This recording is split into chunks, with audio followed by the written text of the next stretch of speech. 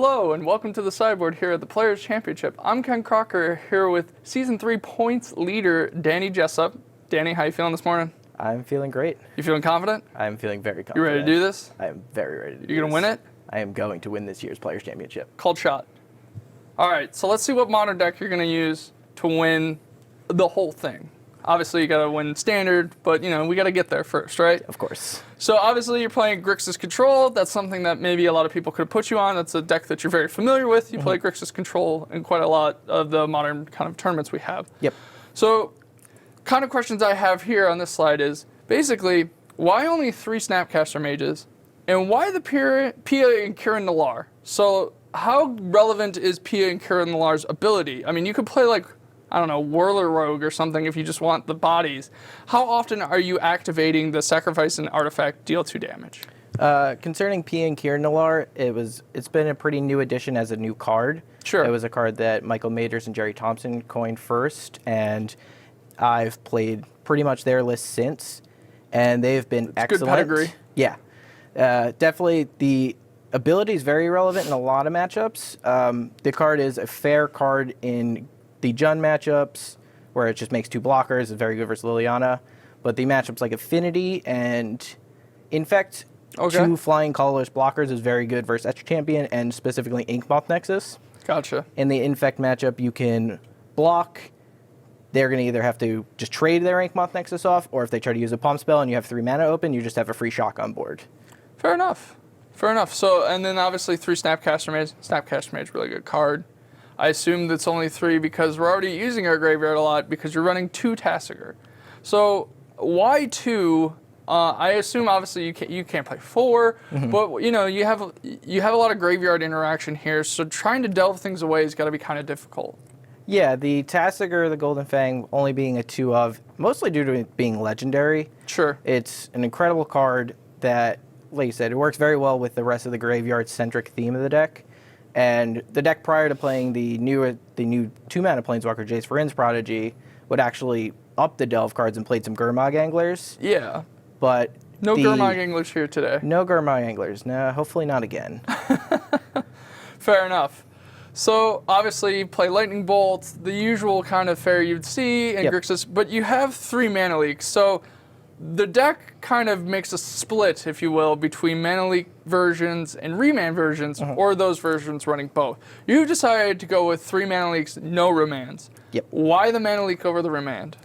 The 3rd mana leak is actually a new addition as of the Invitational last week. I had always been on a 2-1 split, and the 1 remand was always fine and good in blue matchups specifically.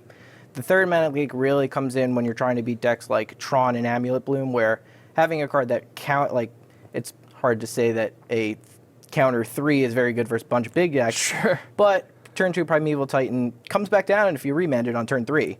And beating it at that point isn't very easy. So mana leak, I think, gets the slight edge in a lot of the harder matchups for your deck. So the big mana decks you would think, have the mana, but they're cheating, right? You know, they're putting like 2 or 3 lands in and making big mana. Yeah. That they have to tap anyways, and then you can mana leak. Yeah, Karnwise costs 7, but they play it on turn 3. They only have 7 mana on turn 3, so the mana leak is great there. Another matchup where mana leak shines over remand is Burn. Okay. As an actual counterspell, and remanding a Lava Spike does not feel good. Saving 3 life versus drawing a card. I think in that matchup you want to save the 3 life. Yep. All right. So also, you're running 4 Inquisition, and we'll move to the next slide real quick, but we'll go back for the 1 Thoughtseize. So you're on a 4-1 split. Is it because of that Burn matchup that you think you need to have 4 Inquisition, 1 Thoughtseize? Or do you just think Inquisition is just, you know, better, like insofar as the Thoughtseize isn't going to really hit anything you don't think the Inquisition's going to as well? Yeah, the 4 Inquisitions have been pretty stock since Jace entered the deck, as you want to be a proactive deck more so than playing 4 Snapcasters and relying on a lot of counterspells. And the Thoughtseize, same thing, a new addition as of last week, as a way to fight the big mana decks. Yeah. But I don't think in this current field there's enough big mana decks where justifying more life loss in your deck that doesn't actually have the ability to gain life and uses life as a resource very often is worth the inclusion of more than 1 Thoughtseize over Inquisition. Inquisition is also just a very good card against a wide spread of decks. Sure, and that is something about Grixis control. It's a little different than some of the other control decks that were played in Modern before or currently. You know, your Jeskai control, they can occasionally have some life gain here or there that they're playing like Kitchen Finks or something along those lines. Lightning Helix is another great. Lightning Helix. You don't get that in this. You actually just spend a bunch of life all the time. So you're trying to win by the slimmest of margins. Oh, yeah. Every time you beat Burn with this deck, you're in the 1 to 4 range. Like, every game is very tight, and it's perceived a bad matchup. I've had pretty reasonable results, but like I said, if you draw one more Thoughtseize and Inquisition, that could just be the difference. Fair enough. So let's get to your land base real quick. You're running 2 Blackcleave Cliffs, a Blood Crypt. Yep. Then you got the fetches that you'll necessarily need, mostly blue fetches, obviously, because the red and black is, secondary to the blue. Yep. But you're running 2 Creeping Tar Pits. Now, is Creeping Tar Pit just a convenient way that happens to fix your mana? Or are you looking to use Tar Pit along the lines of, like, say, Patrick Chapin was when he originally played this Grixis deck, where he's trying to win with the Creeping Tar Pits along with just using them for mana? It goes back and forth. They're very matchup dependent. Tar Pit is very good in the Jund style matches where attacking their Lilianas without having a creature in play is important. Going long against the mirror match is also quite good in the post board games where lightning bolts are few and far between. So it's a very nice card to just have in your deck. Fair enough. So then obviously one more thing, we're going to talk about Blood Moon as being a possibility. We all know how much Blood Moon is a hate card in this format. Yeah. So you have a lot of dual lands here. You only run 2 islands, 1 mountain, and 1 swamp. Are you worried about getting Blood Mooned at all? Not particularly. It's a card that can beat any deck. There are decks, even if they play enough basics, where you get Blood Mooned out anyway. But it's a card that most people aren't going to have against you, and it's a card I actually have one of in the sideboard currently this weekend. Yeah, so you are running the 1 Blood Moon, so obviously you shouldn't be worried about it, but like, how doesn't Blood Moon seem to almost affect you more than your opponent? Like, what are you bringing Blood Moon in for? It's specifically for the Tron and Amulet matchups. Okay. It's not coming in the fair matchups where I think I could get them if Do they you don't think fetch that correctly. anyone's going to be on Amulet? Because, I mean, one of the things about this tournament is your sideboard is so important. I mean, obviously we know in Modern your sideboard's like super important anyways, but there's only 15 other competitors. Yep. So there's only a certain amount of decks you're going to see. So the sideboard is like super important, and you can actually make it very narrow to try to take out one of your opponents if you put them on a deck. So did you put somebody on Amulet, and that's why you're running it?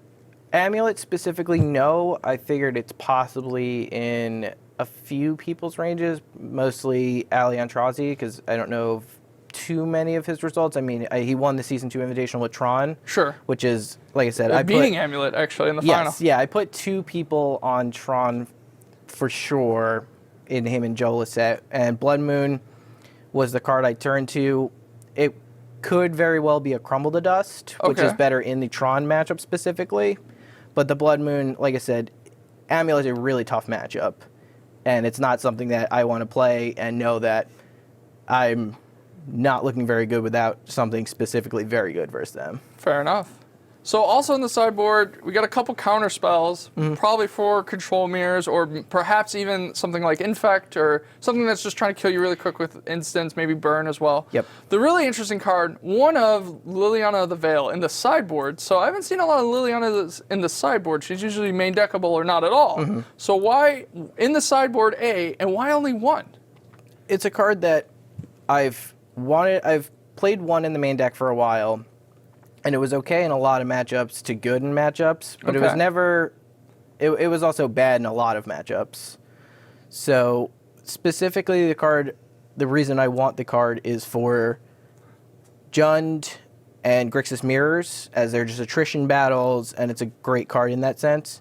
But I've never wanted more, because your deck is so balanced between needing spells for your Snapcasters and Jaces, and needing creatures to bring back with your Kolaghan's commands. Okay. So being a Planeswalker actually doesn't fit either of those bills. So it's and not. It feeds their Tarmogoyfs if they're playing them. That certainly doesn't help. Tarmogoyf's already enough of a problem to deal with without one of your hard removal spells. So the deck is very, very cohesive. Like when it's firing on all cylinders, your Kolaghan's command, you buy back a Snapcaster, that buys back another creature, And you've cast 2 spells in the middle. And you just go off. And kind of, that's your version of going off. Yes.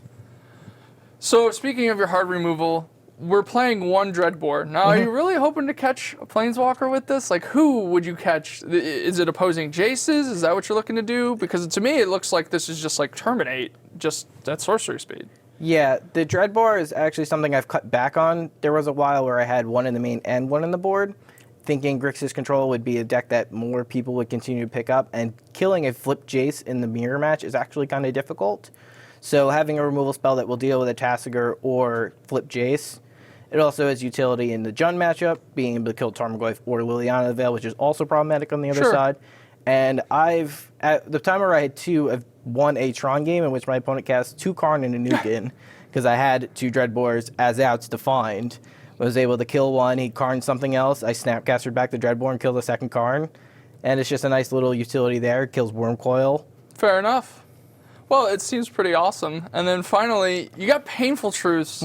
But this is in the sideboard. So last weekend in Las Vegas, we saw Vidianto Ajay get to the finals of the Invitational, and he was playing a Grixis control deck, but he was playing Painful Truths in the main. You've decided to put it in the sideboard. Why is that? It's a card that I think is an interesting main deck choice, much like Liliana the Veil would be. 3-mana sorcery speed cards, unless they have a very immediate impact on the board. Liliana fits that bill a little bit in some matchups. Sure. But having a card that you spend 3, keep down your mana leaks, not playing a threat to block, not playing a removal spell seems a little tough in some matchups, especially in a field where I think there will be a lot of infect specifically. And Painful Truth is okay in that matchup when you cast on turn 5 or 6, because then you can leave up a few spells after. But also fearing some of the possible Zoo aggressive decks and paying 3 mana to draw 3 cards. Not very good there. So you just don't want to tap out on turn 3, basically, and this requires you to do that. Yeah, it's very good in the matchups where you can't afford to tap out on turn 3, like a Grixis Mirror, Jund, where their threat they play isn't going to just end the game. You'll have time to fight back with the resources you just gained from the Painful Truths. Fair enough. So I would wish you luck, but apparently you don't need it, because you just called shot this thing already. I did. So I guess this is your champion already, Danny Jessup. Thank you for taking the time to set us in from the sideboard. We appreciate it. Thank you. All right, you guys stay tuned for more action here at the Players' Championship.